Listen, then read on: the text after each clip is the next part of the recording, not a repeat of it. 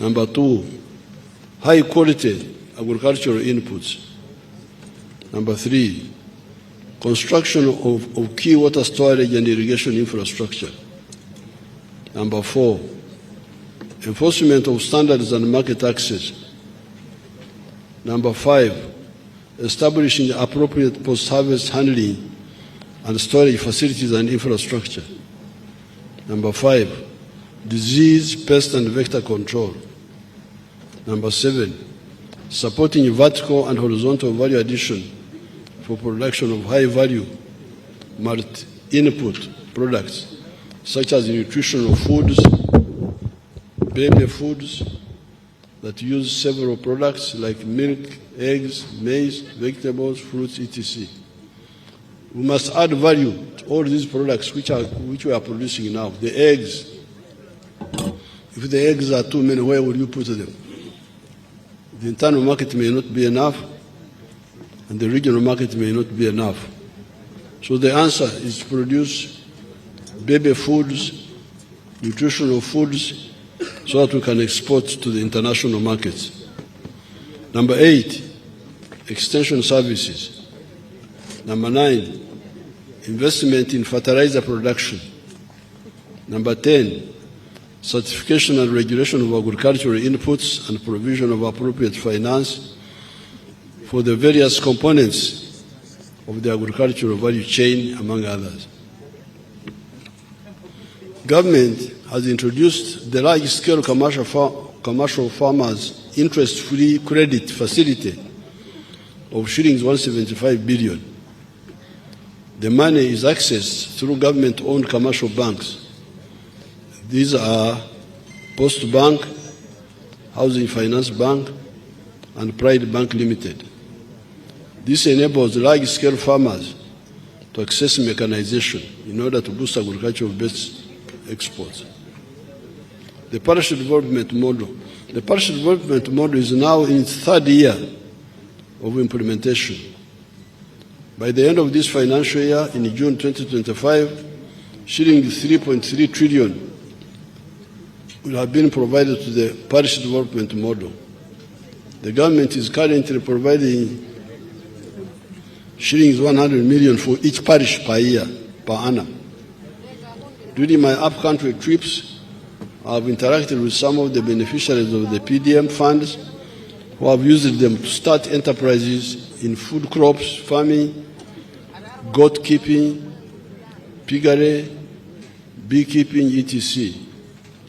In Ikisoro, some of the PDM beneficiaries earned between 16 to 20 million shillings from onions over a period of 2 years, using the initial seed capital of just 1 million shillings. Tourism receipts were valued at US dollars 1.4 billion in calendar year 2024. This is a significant recovery from US dollars 562 million in 2020 when we had the corona shutdown. The good performance is attributed to the sustainable peace and security, increased competitiveness of Uganda's tourism industry through marketing and the government investment in strategic tourism infrastructure. To support tourism, the government has provided adequate security to the tourism sites, improved physical infrastructure, and supported the tourist companies with tax relief. Government is strengthening economic and commercial diplomacy through our embassies or missions abroad to promote tourism in addition to mobilizing foreign direct investment and enabling penetration into export markets. Uganda's proactive support for meetings, innovations, conferences and exhibitions, and our participation in global tourism expos resulted in hosting 267,000 tourists in wildlife protected areas. Government has maintained 1,200 kilometers of trail tracks and roads in the national parks. An important aspect in tourism promotion is adherence to the international standards in terms of grading of accommodation facilities, such as hotels and restaurants,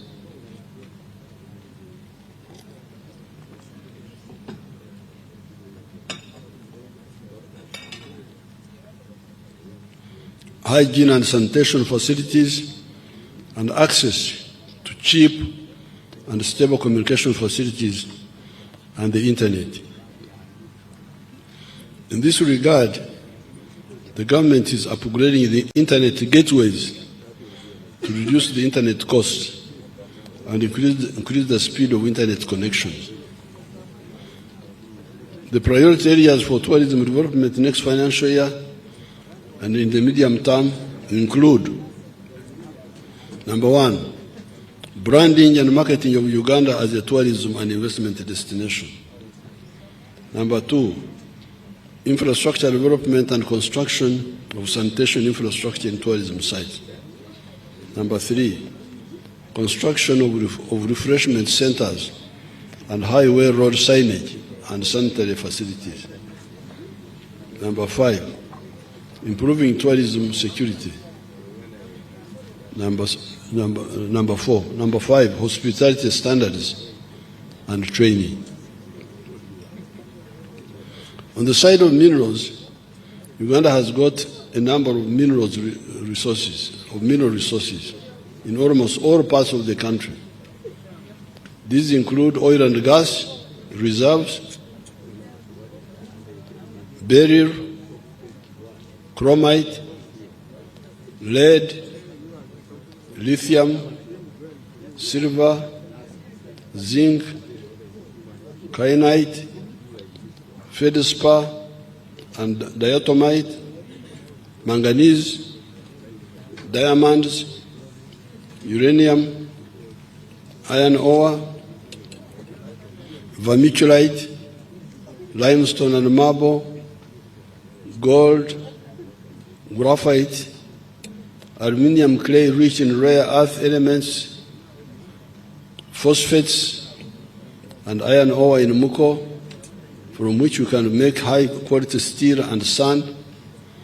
From these resources, Uganda has the opportunity to industrialize quickly with acquisition of technology and specialized skills development, which is tailored to industrialization. Until recently, when we started refining gold, our minerals were being exported in raw form. We were exporting raw materials. Africans who are here, please, from other countries. This is the disease of Africa. Exporting raw materials. Matière primaire, français. Very bad material primaire. Eh?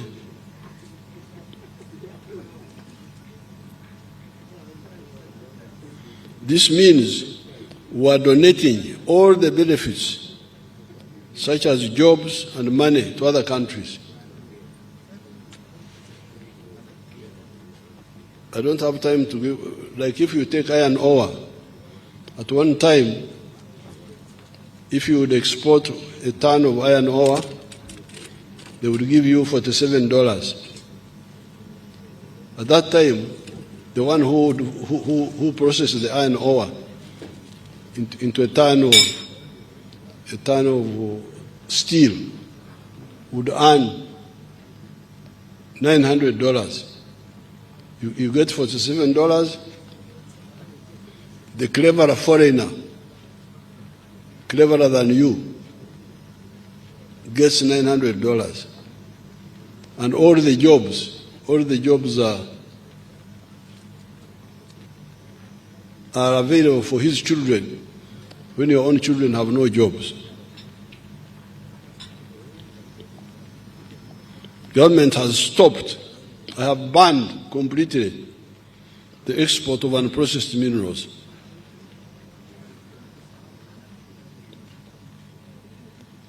Some of the people wanted to kill me. I say, you kill me, but I will not.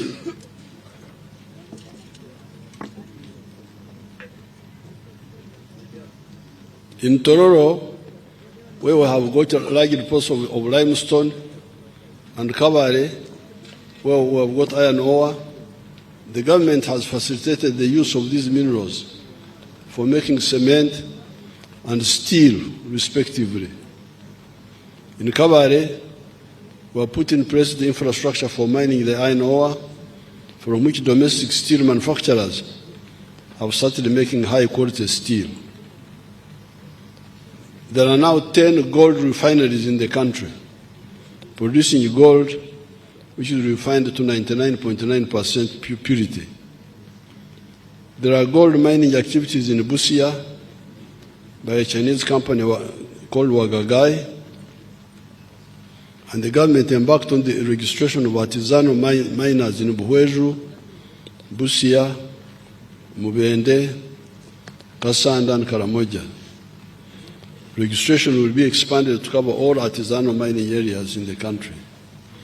In Moyo, there are gold reserves and a huge limestone deposit apparently, which is raw material for cement production.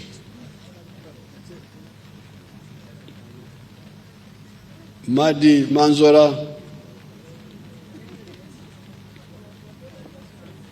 we currently have 3 cement manufacturing plants, namely Tororo, Hima, and Simba Cement, and high-quality tin smelting plant in Barara with an annual capacity of 1,600 tons.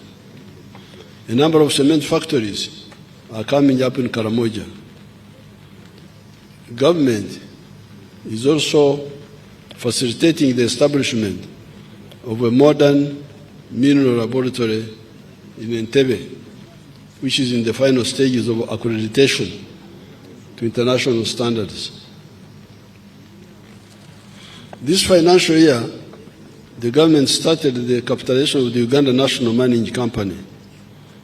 This company will take an equity stake up to 15% in all medium-scale and large-scale strategic mining operations in the country.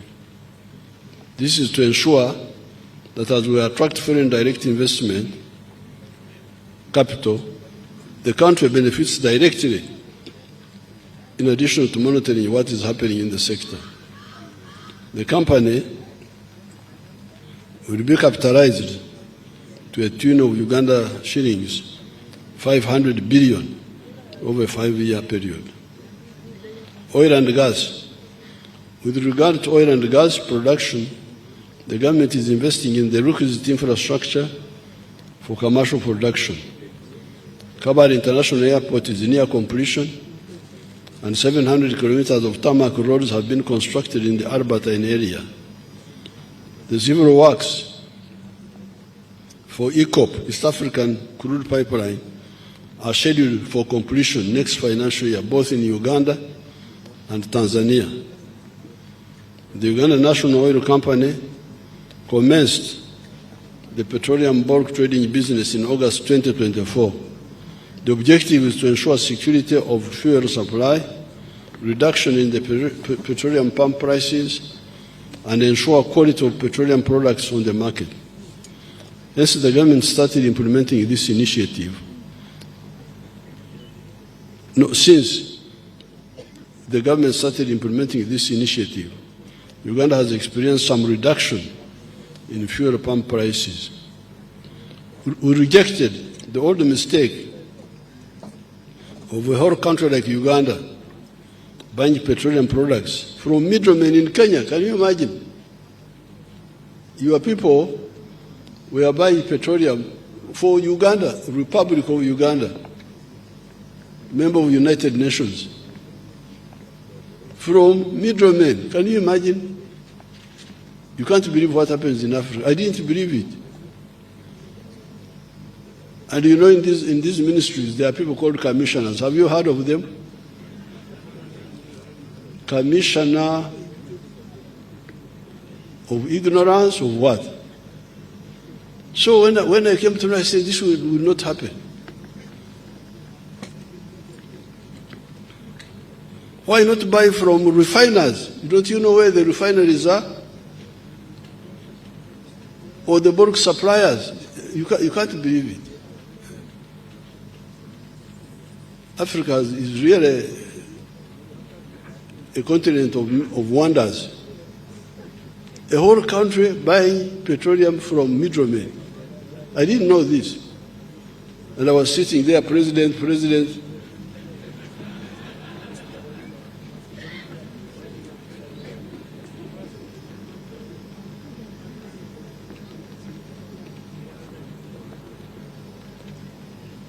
In the minerals sector, government investment